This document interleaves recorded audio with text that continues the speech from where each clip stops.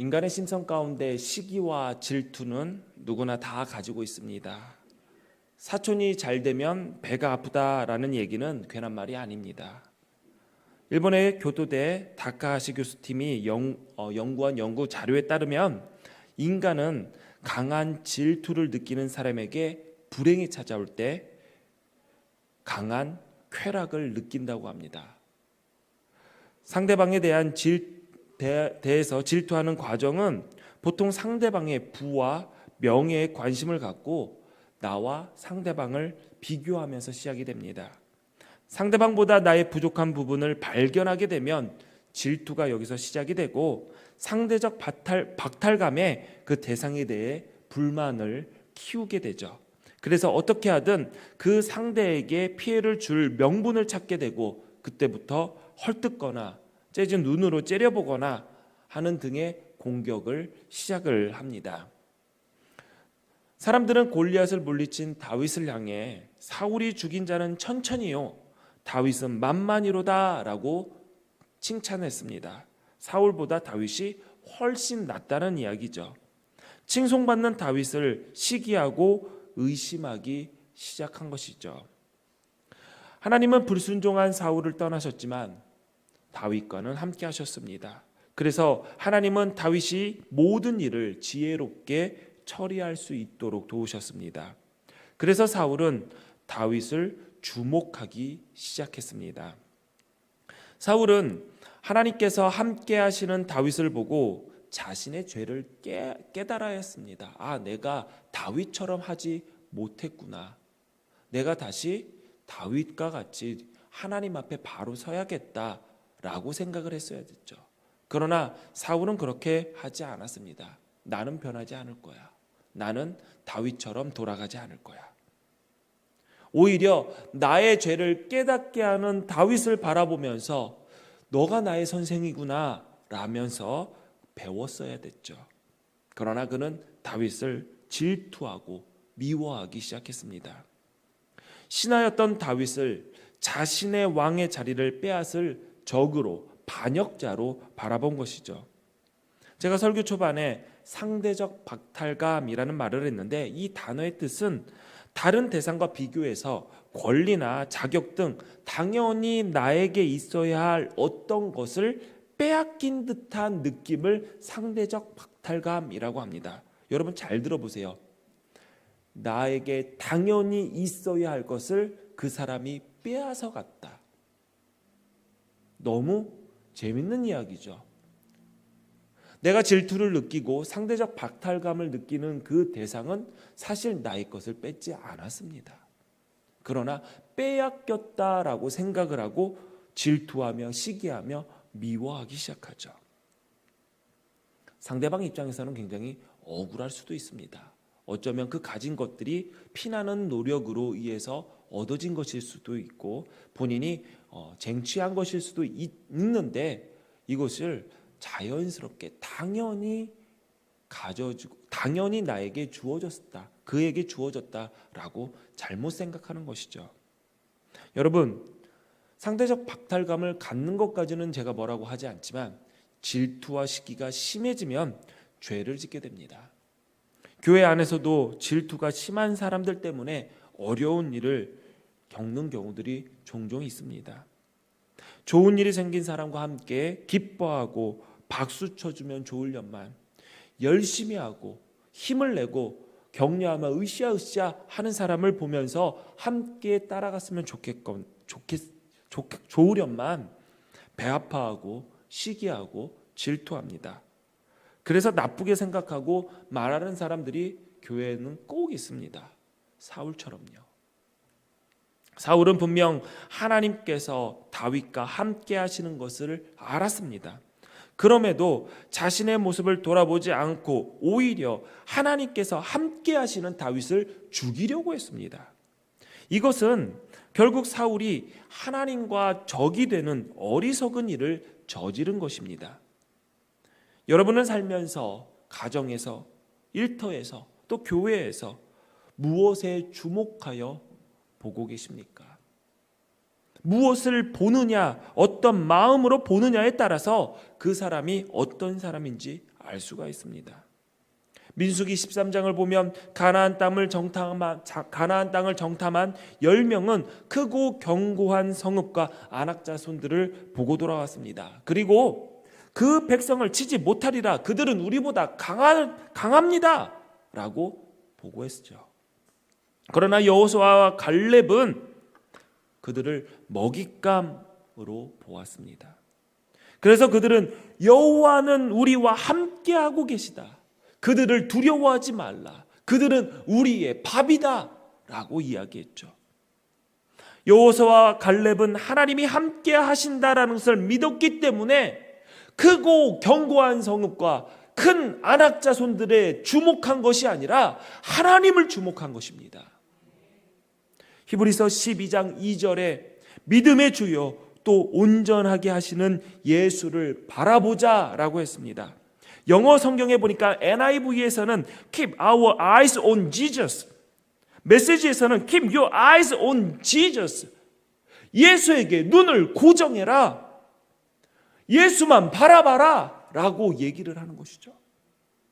우리의 믿음의 눈은 온전히 예수님께 고정되어 있어야 됩니다. 예수님께 맞춰져야 됩니다. 의심은 방해물을 바라봅니다.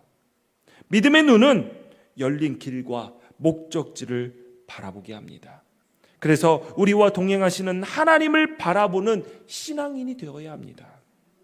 다윗은 자신에게 주어진 일을 열심히 하면, 즉 수금을 열심히 타고 왕을 충성으로 섬기면 사울이 마음을 돌릴 것이다 라고 생각을 했습니다. 그러나 사울은 갈수록 악해졌습니다. 어떻게 하든 다윗을 죽이려고 했습니다. 결국 다윗은 사울의 눈을 피해서 도망갈 수밖에 없었습니다. 다윗이 사울의 궁과 자기의 집을 떠날 수밖에 없었던 그때는 다윗의 나이 20세에 불과한 젊은이였습니다. 그로부터 10여 년의 세월을 도망자로 살아야 했습니다. 다윗은 노브로 향했습니다. 노브는 예루살렘 북쪽에 위치한 베냐민 지파의 성읍으로 그곳에는 성소와 제사장이 있었습니다. 거기에서 다윗은 제사장 아히멜렉을 만났습니다. 아히멜렉은 다윗을 환대했다가 사울의 불만을 살까 봐 두려웠죠. 그래서 1절에 보니까 떨며 왜 혼자 왔느냐라고 질문을 했습니다.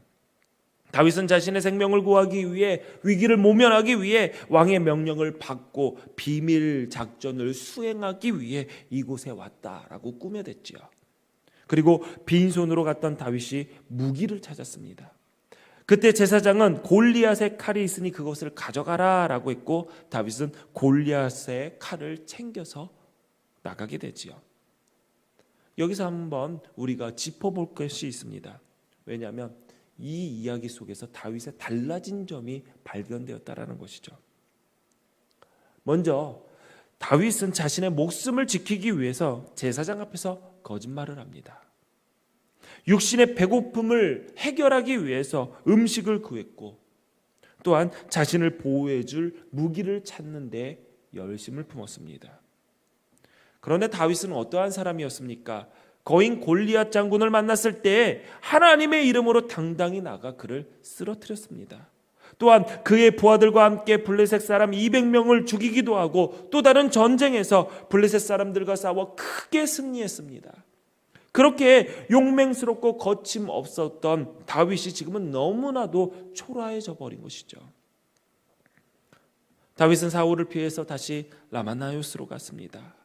그곳에는 자신에게 기름 부어준 선지자 사무엘이 있었던 곳이었습니다. 다윗이 선지자 사무엘을 찾아간 것은 자신이 처한 상황을 어떻게든 해결하기 위해, 돌파하기 위해서 어떻게 해야 되는가 조언을 구하기 위해서 갔죠. 하나님께 기도를 부탁하기 위해서, 또한 기도하기 위해서 그곳까지 찾아갔습니다. 하나님의 사람 사무엘이라면 분명 하나님의 뜻을 잘 알아서 좋은 조언을 해줄 것이다 라고 기대했던 것이죠. 사무엘상 19장 20절을 보니까 라마나요스는 하나님의 영이 충만했던 곳이었습니다. 다윗을 잡으려고 보낸 사울의 부하들에게도 하나님의 영이 임해서 그들도 하나님의 말을, 하나님의 말씀을 예언하기 시작했죠. 라마나요스는 하나님의 은혜가 가득한 곳이었지만 사울과 그의 군사들이 거기까지 쫓아왔습니다. 그래서 다윗은 그곳에서도 도망을 갔고 도망가는 중에 요나단을 만나게 됩니다. 그리고 요나단에게 이렇게 얘기를 하죠. 내가 무엇했는데, 내가 뭘 잘못했길래 너희 아버지는 나를 죽이려고 하는가? 이렇게 물었습니다. 이 말을 통해서 보면은 다윗이 지금 어떠한 심정에 처해 있는지 알 수가 있습니다. 제가 방금 전에 다윗의 한 말을 대신 전해드렸는데요.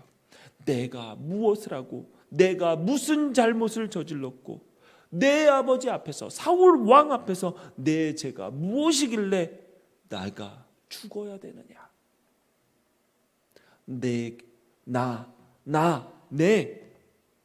이 자신을 가리키는 단어를 반복하면서 말을 하고 있습니다. 하나님을 찾지 않습니다. 지금 다윗의 머릿속에는 자기, 내가 크게 들어있고 하나님이 없다라는 것을 말해줍니다. 사무엘상 17장 37절에 보니까 다윗은 이렇게 얘기했죠. 여호와께서 나를 사자의 발톱과 곰의 발톱에서 건져내셨은즉 나를 이 블레셋 사람의 손에서도 건져내시리라. 그 믿음이 사라져버린 것입니다. 사무엘상 20장 3절을 보면 다윗은 진실로 여호와의 살아계심과 내 생명을 두고 맹세하노니 나와 죽음의 사이는 한 걸음뿐이다. 무슨 말입니까? 곧 죽겠다라는 얘기죠. 사무엘상 17장에 보면 골리앗 앞에서 살아계신 하나님 때문에 당당했던 다윗이 살아계시는 하나님의 군대를 모욕한 이 할례받지 않은 블레셋 사람이니까 그가 그의 짐승의 하나와 같이 되리라 라고 했습니다. 그런 다윗이 이제는 하나님의 살아계심을 두고 내가 곧 죽을 것이다. 그의 마음에 담긴 불신앙으로 인한 두려움이 그를 완전히 사로잡은 것입니다. 똑같이 살아계신 하나님을 내세웠지만 지금은 내가 조금만 잘못하면 죽을 수밖에 없어 라고 했고, 전에는 골리앗 같은 거인 하나님 앞에서는 죽은 짐승에 불과해 라고 말을 했습니다. 우리도 신앙을 가지고 있죠. 믿음을 가지고 있습니다. 그러나 그 믿음이 어떠한 믿음에 따라서 정말 다른 삶을 살아가게 됩니다. 우리가 본 다윗, 사무엘상 17장에 나온 다윗과 20장에 나온 다윗은 전혀 다른 사람입니다. 오늘날 교회에도 이런 분들이 너무나도 많습니다. 얼마 전까지 사무엘상 17장의 다윗처럼 믿음 좋고 온전한 하나님의 사람으로 살아갑니다. 그러나 시간이 바뀌고 나서는 완전히 다른 사람이 되어서 믿음도 없고 하나님 마음에 들고자 하는 열정도 사라져버립니다. 어떻게 같은 사람이 이렇게 달라집니까? 전에는 신앙생활을 잘하던 사람이 시간이 지나면서 믿음과는 상관없는 그런 사람이 되어버리죠. 그러나 말은 하나님을 찾습니다. 하나님으로 내가 신앙을 지금 붙들고 있다라고 포장을 하지만 하나님은 포장지일 뿐, 그 포장지를 벗겨내면 그 알맹이는 나라는 우상을 섬기며 나를 붙잡고 있다라는 것이죠. 지금 여러분은 어떻습니까? 하나님을 믿기에 당당하십니까? 아니면 하나님을 믿지만 만군의 여호와 하나님, 살아계신 하나님을 말하지만 두려워 떱니까? 무서워합니까? 불안해합니까? 불평합니까? 아프리카에 사는 뱀잡이 수리라는 새가 있습니다. 수리라는 이름을 붙은 거 보니까 독수리과 맹금류입니다. 주로 공중에 높이 저렇게 날다가 두더지나 뱀 같은 것을 발견하면 손살같이 내려가 낚아챈다고 합니다. 그래서 뱀을 잘 사냥을 해서 뱀잡이 수리입니다. 뱀잡이 수리는 평상시에 민첩하게 잘 날아다닙니다. 물론 걷는 것도 좋아한다고 합니다. 보니까 다리가 굉장히 길어요. 잘 걷는다고 합니다. 그런데 땅에 내려와 먹이를 먹다가 맹수의 습격을 받게 되면 혼신의 힘을 다해서 도망가는데, 문제는 혼신의 힘을 다해 날갯짓을 하며 날아 도망가는 것이 아니라 혼신의 힘을 다해 뛰어 도망간다고 합니다. 너무나도 당황한 나머지 내가 날 수 있는 새라는 것을 까먹은 것이죠. 날짐승이 아무리 다리가 길어도 뛰어봤자 얼마나 빨리 뛰겠습니까? 결국 얼마 못 뛰다가 얼마 못 가서 맹수에 잡혀 먹힌다고 합니다. 참, 세상에 이런 멍청한 새가 또 어디 있습니까? 그런데 때때로 우리도 뱀잡이 수리처럼 믿음의 날개가 있다는 것을 망각하고 살 때가 너무나도 많습니다. 하나님이 함께 하시면 우리는 찬양을 합니다. 거친 파도 날 향해 와도 주와 함께 날아오르리. 날아오르니 뭘 날아올라요?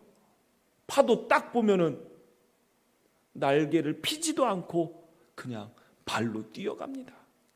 하나님을 의지해야 할 때 의지하지 못하고, 기도해야 할 때 기도하지 못하고, 찬송해야 할 때 찬송하지 못하고, 불안해하고 두려워하고 떨고 주저앉아서 나는 못해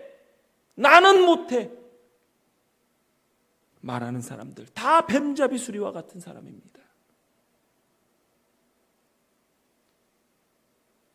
저는 어떠냐고요? 저도 똑같습니다. 저도 가끔 날 때 까먹습니다. 밀려 들어오는 문제 앞에서 발버둥 치면서 안절부절할 때 너무나도 많습니다. 그러나 저는 이 말씀을 붙듭니다. 로마서 8장 26절, 이와 같이 성령도 우리의 연약함을 도우시나니 우리는 마땅히 기도할 바를 알지 못하나 오직 성령이 말할 수 없는 탄식으로 우리를 위하여 친히 간구하시느니라. 살다 보면 기도가 안 될 때도 있고 말씀이 들어오지 않고 머릿속이 하얘질 때가 있습니다. 하나님이 나와 함께 하신다라는 것은 머리로는 이해가 되지만 가슴으로 느껴지지 않을 때가 너무나도 많습니다. 그럴 때 우리의 연약함을 도우시는 성령님이 계심을 믿고 의지하시길 바랍니다.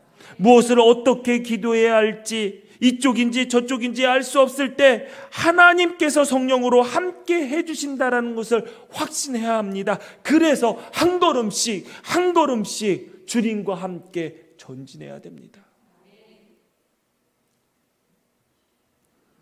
우리가 무엇을 믿고 이 세상을 살아가겠습니까? 하나님의 약속을 굳게 믿고 서야 되지 않겠습니까? 이사야 40장 31절 말씀, 우리 큰 목소리로 함께 읽습니다. 시작. 오직 여호와를 앙망하는 자는 새 힘을 얻으리니 독수리가 날개치며 올라감 같을 것이요 다른 박질하여도 곤비하지 아니하겠고 걸어가도 피곤하지 아니하리로다. 아멘. 이 말씀 붙들고 사시기를 바랍니다. 사울을 피해 도망가는 다윗, 비판받아 마땅합니다.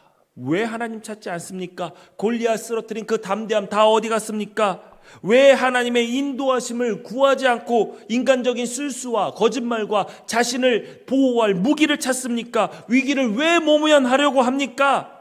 비난할 수 있습니다. 그렇지만 우리들은 지금 도망가고 있는 다윗을 통해서 인간이, 나를 포함한 인간이 얼마나 연약한 존재임을 인간을 깨달아야 합니다. 큰소리 뻥뻥 치면서 하나님 사촌처럼 살던 사람, 내가 하나님하고 정말 친해, 그런 사람들, 문제 앞에서 하나님을 잊어버리고 허약한 모습으로 살아가는 사람들 너무나도 많이 봅니다. 도망가던 다윗처럼 우리도 하나님을 보지 못할 때가 많습니다. 하나님을 신뢰하지 못할 때가 너무나도 많습니다. 우리의 삶 가운데 하나님의 선하심이 함께한다는 것을 인정하지 못할 때가 너무나도 많습니다. 그래도 어떠한 경우라도 절대로 하나님을 떠나서는 않아야 됩니다. 절대로 주님께 등 돌려서는 안 됩니다. 하나님의 사랑 안에서 결코 벗어나서는 안 됩니다. 그래야 참된 안식을 누릴 수가 있습니다. 여러분이 생각하시는 영적인 안전지대는 어디입니까? 거친 세상 속에서 여러분들이 지쳐가지고 어디로 갈 바 알지 못할 때, 아무도 나에게 힘이 되지 못하고 아무도 의지할 이 없다고 생각될 때, 나 홀로 있는 것 같은 외로움에 사로잡힐 때 여러분은 어디로 향해 가며 무엇을 의지하십니까? 여러분, 그때 예배의 자리를 찾으시고 하나님을 만나시기를 바랍니다. 하나님의 약속의 말씀을 가까이 하고 말씀 위에 서시기를 바랍니다. 혹시 여러분 가운데 다윗과 같이 절망 가운데 예배의 자리 나오신 분이 있다면 지금 이 시간 여기에서 하나님의 회복의 영이 임하기를 축원합니다. 예배는 하나님께 드리는 것이지만 우리에게는 세상을 살아갈 힘을 얻는 시간입니다. 오늘 예배 찬송을 부르는데 찬송 가사 한 절 한 절이 너무 가슴에 나옵니다. 즐겁게 안식할 날, 하늘에서 새 양식을 먹는 날.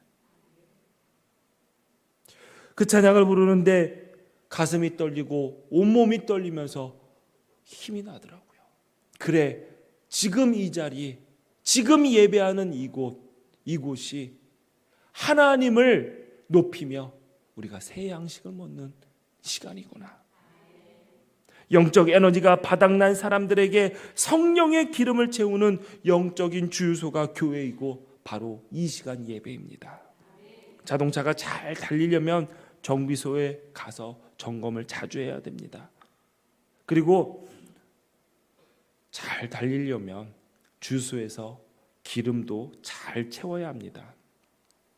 자동차에 기름이 떨어진 것도 모르고 잘 달리면 아무리 정비를 잘해놓은 차라 할지라도, 아무리 비싼 차라 할지라도 더 이상 나갈 수가 없습니다. 제가 막 전도사를 시작했을 때 같이 청년부에서 사역을 했던, 함께 사역했던 전도사님, 지금은 알아보니까 캐나다에서 목회를 하고 계시더라고요. 이름은 말씀 안 드리겠지만 곽 목사님이라고 하겠습니다. 곽씨니까. 곽 목사님 한 분 계셨어요. 이천에서, 집이 이천이고요. 교회가 분당이었는데 이천에서 분당으로 출근을 하셨어요. 코란도라는 하얀 회색 코란도 차를, 디젤 차를 끌고 다녔는데 이분은 습관이 항상 기름을 조금 채워놓고, 그러니까 가득 채워놓은 게 아니라 항상 한 칸 정도만 채워놓고 자주 주유소를 들리시는 분들이 습관을 갖고 있었어요.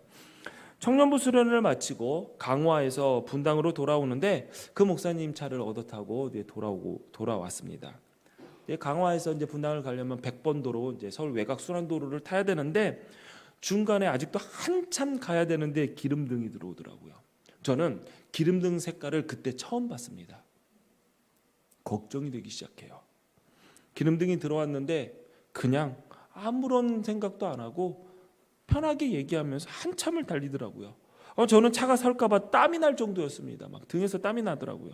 근데 막상 운전하시는 그 목사님은 너무 태평한 것 같아요. 그래서 제가 얘기했어요. 전도사님, 기름등 들어왔어요. 기름 들어가죠. 그랬더니 아유, 알고 있어요. 이렇게 얘기하는 거예요. 알고 있는데 왜 기름을 안 넣냐? 제가 얘기를 하니까 나도 처음에 이 기름등 들어와서 큰일 날 줄 알았는데 꽤 많이 갑니다. 기름등 들어와도 차 바로 안 서요. 무사히 분당까지 잘 도착했습니다. 어느 날 아침에 출근 시간이 지났는데 목사님이 안 와요. 그래서 전화해 봤어요. 그랬더니 차가 섰대요. 다들 차가 고장난 줄 알고 있었는데 저는 알고 있었습니다. 기름 안 넣었었구먼. 그래서 제가 그랬죠. 드디어 당할 일을 당하셨군요. 라고 하고 하니까 이제 기름 넣고 다시 이제 오셨어요. 여러분, 우리가 신앙생활을 하면서 주일에 영적 주유소인 교회에 나와 예배드리며 영적 에너지를 채워가지고 세상에 나가고 그래야 하는데, 예배를 통해서 영적인 에너지, 그것을 충전하지 않고 신앙생활을 하는 사람들을 보고 하나님이 보시며 얼마나 등에 땀날까, 얼마나 답답해 하실까라는 그런 생각이 들었습니다. 그렇게 계속 살아간다면 언젠가 우리는 세상에라는 도로 위에 설 수 있다라는 사실을 잊지 말아야 합니다. 여러분, 성령의 기름을 채우는 영적 주유소가 교회이며 예배입니다. 힘들고 어려워도 무슨 일이 있어도 예배하겠다, 주일에 공동체와 함께 주님을 만나겠다, 하나님께 아뢰고 하나님이 좋아하실 일에 최선을 다하며 사시고 하나님의 뜻을 구하는 기도를 하고 기대하며 기다리는 인내를 가지시기를 바랍니다. 반드시 구하는 자에게, 찾는 자에게, 두드리는 자에게 하나님께서 응답하실 것입니다. 다 같이 시편 84편 말씀 같이 읽겠습니다. 시작. 주의 궁정에서의 한날이 다른 곳에서의 첫날보다 나은즉 악인의 장막에 사는 것보다 내 하나님의 성전 문지기로 있는 것이 좋사오니 여호와 하나님은 해요 방패이시라. 여호와께서 은혜와 영화를 주시며 정직하게 행하는 자에게 좋은 것을 아끼지 아니하실 것임이니이다. 아멘. 궁지에 몰려도 양식도 무기가 없어도 도망쳐야 할 때도 하나님을 찾는 성도, 하나님이 찾으시는 예배하는 성도가 되시기 바랍니다. 우리는 언제 어디서나 하나님과 동행해야 합니다. 하나님의 말씀을 의지해야 합니다. 이때도 여러분은 예수 믿는 사람답게 하나님과 동행하며 여러분의 모습 속에서 그 열매를 보여야 할 것입니다. 어디에 있든지 예배를 소중히 여기는 하나님의 자녀들이 되어야 합니다. 많은 교회들이 지난 부활주일부터 온라인 예배와 동시에 교회에 모여서 예배하기 시작했습니다. 예배를 준비하시는 목사님들과 이야기를 나누시면서 그분들이 걱정을 하는데 교인들이 얼마나 예배하러 올까였죠. 몇몇 교회 소식, 지난주에 소식을 들어보니까 적게는 60%, 많게는 80% 정도까지 예배 인원이 줄었다고 합니다. 물론 아직 마음을 놓을 시기는 아닙니다. 어제 저녁 예배를 준비하다가 식사를 못해서 늦은 시간에 교회 근처에 있는 편의점에 도시락 사러 갔습니다. 지나가다 보니까 음식점마다 빈 테이블 찾기 힘들 정도였습니다. 그래서 정말 기뻤습니다. 이제 제자리로 돌아가고 있구나. 마스크를 썼지만 2m 간격이 아니라 촘촘히 모여 앉아 선거 개표 상황을 지켜보는 각 당 지도부들, 선거 캠프를 보면서 그래, 이제 우리도 예배로 모일 수 있게 됐구나 라고 생각했습니다. 여러분, 제자리로 돌아갈 때입니다. 우리의 제자리는 함께 예배하는 것입니다. 그리스도인의 근간은 예배에 있습니다. 우리가 하나님을 만나는 예배로 제자리로 돌아가지 않고서는 우리의 삶은 제 위치를 찾을 수가 없습니다. 기억하십시오. 우리가 돌아갈 곳은 아들을 주시기까지 나를 사랑하신 여호와 하나님께로입니다. 우리 돌아갑시다. 느슨해진 믿음의 끈을 다시 조이고 풀어졌던 삶을 다시 다잡아매고 주의 궁정에서의 한날을 세상에서의 첫날보다 귀히 여기는 하늘 백성으로 우리 다시 일어섭시다. 우리 같이 찬양하시면서 결단하시겠습니다.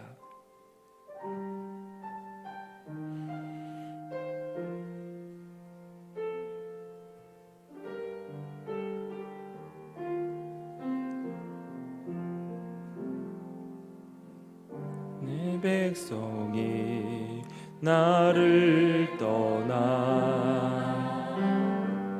돌아섰지만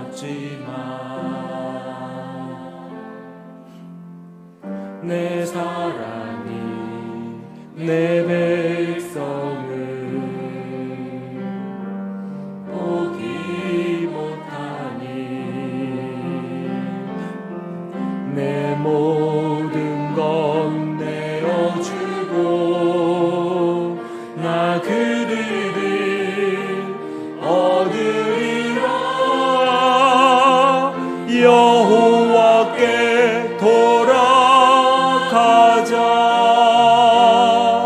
우린 돌아서도 그는 변치 않네. 여호와께 돌아가자. 우리 넘어져도 그 사랑 사랑은 오래 참고 사랑은 오래 참고 자신을 내어주네. 서로 사랑할 때 세상은 주보네. 사랑은 절대 지지 않네. 여호와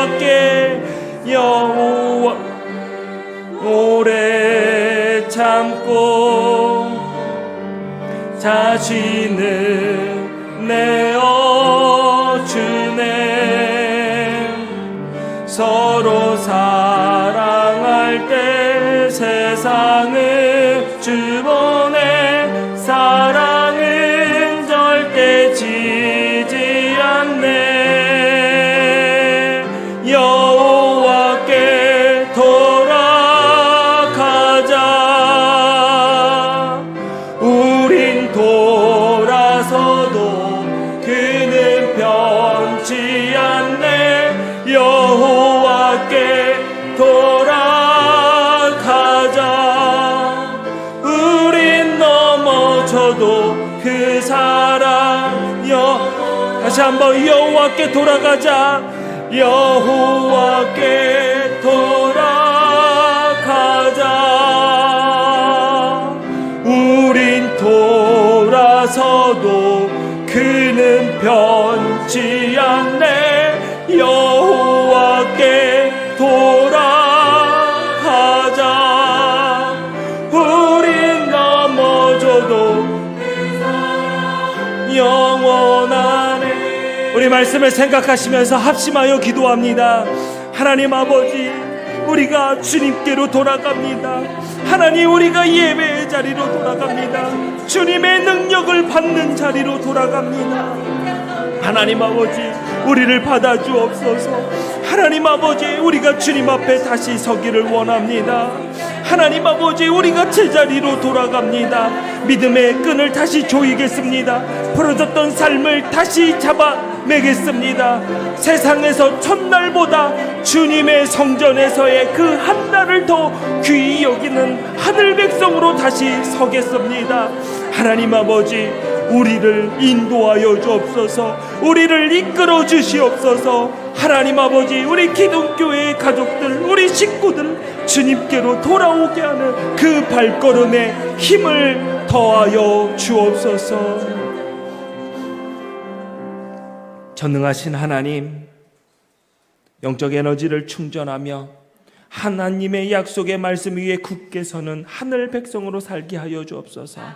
전능하신 하나님을 의지할 때 강하고 담대할 수 있지만 나 자신을 돌아보며 나만 판단하면 어리석은 자가 되고 만다는 것을 기억하게 하여 주옵소서. 하나님 아버지, 나에게 영적인 믿음의 날개가 있다라는 사실을 잊지 않게 하여 주옵소서. 그래서 다가오는 홍수와 폭풍 속에서도 주님과 함께 날아오르는 믿음의 승리자들 되게 하여 주옵소서. 이 거룩한 주일 예배의 자리에 앉은 저희들 신령과 진정으로 예배하며 세상에 나가 살 영적 에너지를 가득 채우고 강하고 담대한 마음을 가지고 세상으로 향하게 하여 주옵소서. 구별된 예물 하나님께 드립니다. 하나님, 이 예물 받으시고 주님의 뜻 가운데 아름답게 사용하여 주옵소서. 이 예물 속에 담겨진 성도의 믿음과 삶과 마음을 주님께서 기쁘게 받으시고 하나님, 그들의 삶을 때를 따라 돕는 은혜로 풍성하게 채워 주옵소서. 예수님의 이름으로 기도하옵나이다. 아멘.